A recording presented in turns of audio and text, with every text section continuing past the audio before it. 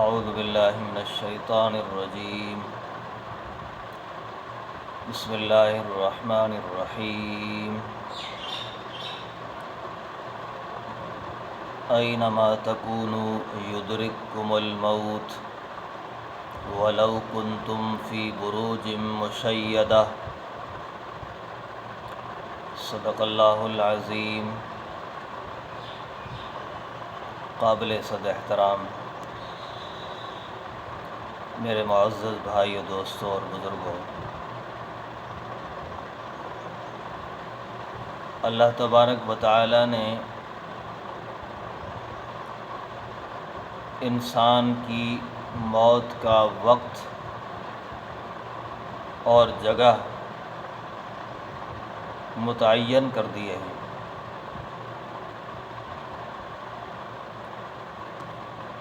جو میری موت کا وقت لکھا جا چکا، اسی وقت پر مجھے موت نے آنا ہے۔ جو کسی اور نفس کی موت کا وقت مقرر ہو چکا، اسی وقت پر اس نفس نے دنیا سے جانا ہے۔ جو زمین میری موت کی جگہ لکھ دی گئی، جو زمین کسی نفس کی موت کی جگہ لکھ دی گئی، میں نے اور اس نفس نے اسی زمین پر اسی جگہ پر یہاں دنیا سے جانا ہے۔ دنیا میں حالات آتے رہتے ہیں، مختلف طرح کے طاعون اور وبائیں آتی رہتی ہیں۔ امیر المومنین حضرت سیدنا عمر فاروق رضی اللہ تعالی عنہ اپنے قافلے کے ساتھ مدینہ منورہ سے شام کی طرف روانہ ہوئے۔ جب شام کے بارڈر پر پہنچے، تبوک کے قریب مقام سرغ پر، یہاں پتہ چلا کہ شام میں ایک زوردار قسم کا طاعون پھیلا ہوا ہے۔ تو حضرت عمر فاروق رضی اللہ تعالی عنہ نے ساتھیوں سے مشورہ فرمایا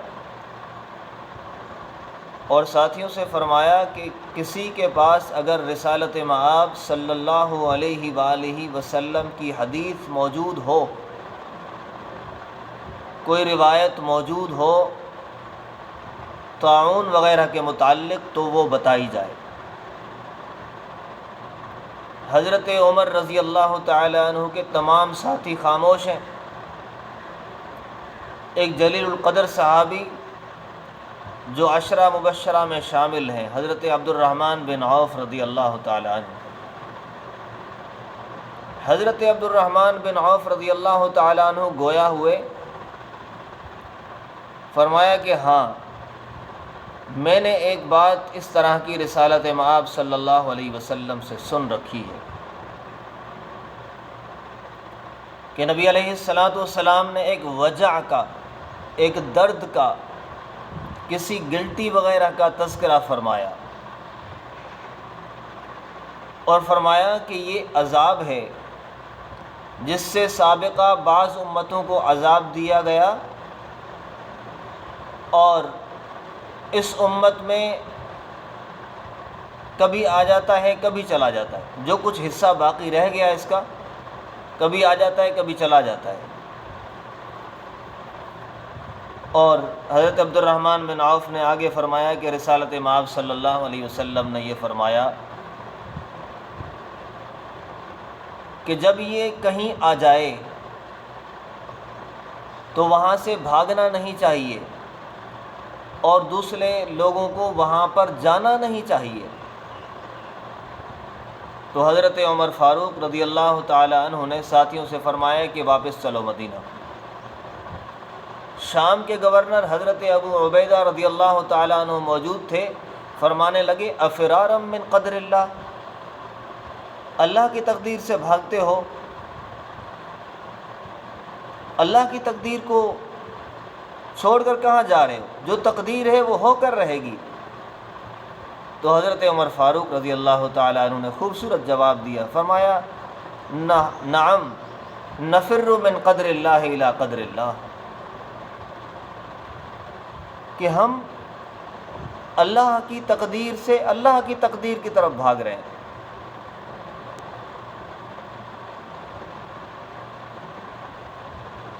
ہمارا واپس جانا بھی تقدیر سے، اور حضرت عمر فاروق نے یہ فیصلہ رسالت مآب صلی اللہ علیہ وسلم کی حدیث سن کر فرمایا۔